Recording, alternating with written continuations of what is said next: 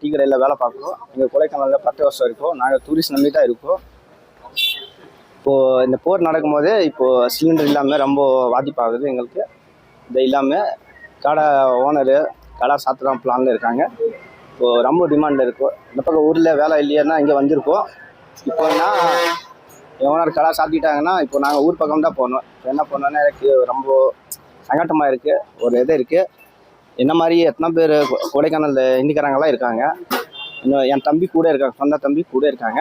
அவங்கள நான் என் குடும்பத்தில் நம்ம தான் வேலை பார்த்தா தான் என் வீட்டுக்கு சாப்பாடு கஞ்சி இந்த மாதிரி இருக்கு. இப்போ என்ன பண்ணுவேன்னா தெரியல. நான் கொடைக்கானல் கலையரங்கத்தில் டீ கடை வச்சு நடத்திட்டு வந்துட்டுருக்கேன். அதாவது இப்போ இந்த ஈரான் அமெரிக்கா போரில் வந்து மிகப்பெரிய அளவில் அந்த எரிவாயு போன்ற அந்த பெட்ரோலு இதெல்லாம் பெரிய பிரச்சனையாக ஓடிட்டு இருக்கு. ஆனால் அது இதுவரைக்கும் தெரியலை. ஆனால் இப்போ என்ன கேட்டிங்கன்னா, நேற்றைய தினம் வந்து சிலிண்டர் ஈஸியாக கிடச்சிட்டு இருந்துச்சு. இன்றைக்கி சிலிண்டர் ஃபோன் பண்ணி கேட்டோம்னா ஏஜென்சிக்காரனா சொல்கிறாங்க 2 நாளைக்கு கிடைக்குங்க, அதுக்கப்புறம் எங்களுக்கு சிலிண்டர் கிடைக்கான்ற மாதிரி சொல்கிறாங்க. இது மிகப்பெரிய அளவில் எங்களுக்கு பொருளாதார நெருக்கடி ஏற்படுத்தும். ஏன்னா சிலிண்டர் இல்லைன்னா இங்கே தொழிலே செய்ய முடியாது. அது எல்லா இடத்துலையுமே குறிப்பாக சொல்ல போனால் கொடைக்கானலுக்கு அது மிகப்பெரிய தட்டுப்பாடு, எப்பயுமே தட்டுப்பாடு இருக்கும். ஆனால் இந்த போர்னால மிகப்பெரிய தட்டுப்பாடாக இருக்கும்.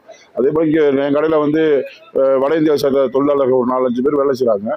அவங்கள வந்து திருப்பி ஊர் போனா கூட திருப்பி போறதுக்கு 1 வாரம், வரதுக்கு 1 வாரம், அவங்க போயிட்டு வந்து இப்படி பார்த்தோம்னா மொத்தமாக பொருளாதார இழப்பை நாங்கள் மிகப்பெரிய அளவில் சந்திக்க வேண்டியிருக்கு.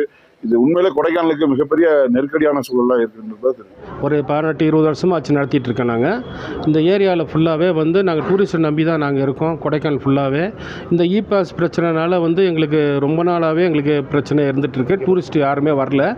அதேமாரி வந்து பெங்களூரில் மற்ற எல்லா அதர் கண்ட்ரீஸில் எல்லாமே அதர் ஸ்டேட்ஸில் வந்து சிலிண்டர் தட்டுப்பாடு இருக்கனால எங்களுக்கும் அதே நிலமை வராமல் இருக்கணும்.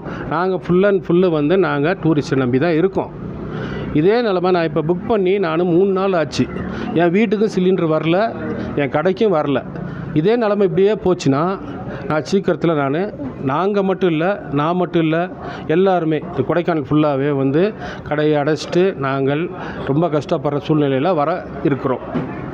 இதை நீங்கள் தான் பார்த்து மத்திய அரசோ மாநில அரசோ பார்த்து எங்களுக்கு நல்ல ஒரு முடிவை நீங்கள் எடுக்கணும். தவிர்க்க முடியாத தம்ப்நெயில்ஸ், கலக்கலான கண்டென்ட்ஸ், சினிமாவும் சீரியஸ் பிரச்சனைகளும், பல வருடங்கள் இடைவெளிக்கு பிறகு இந்த படத்துல ஒரு கலகலப்பும் கைகலப்பும், போயிட்டே தான் இருக்காரே தவிர பிரேக்கே இல்லாமல் பிரேக்கிங் நியூஸ் சொல்லும் தந்தி டிவி ஆப். இன்ஸ்டா தலைமுறை வரை இறங்கி அடிக்கும் தந்தி டிவியின் டிஜிட்டல் எக்ஸ்க்ளூசிவ். அது தண்ணிக்குள்ள போகும்போது ஹேங் ஆயிடுச்சு. உங்களுக்கு விஜய் சார் எந்த அளவுக்கு ரொம்ப பிடிக்கும்? Of course, Malayalis are huge Vijay sir fans. 2 பேருமே ரொம்ப பிடிக்கும் எனக்கு.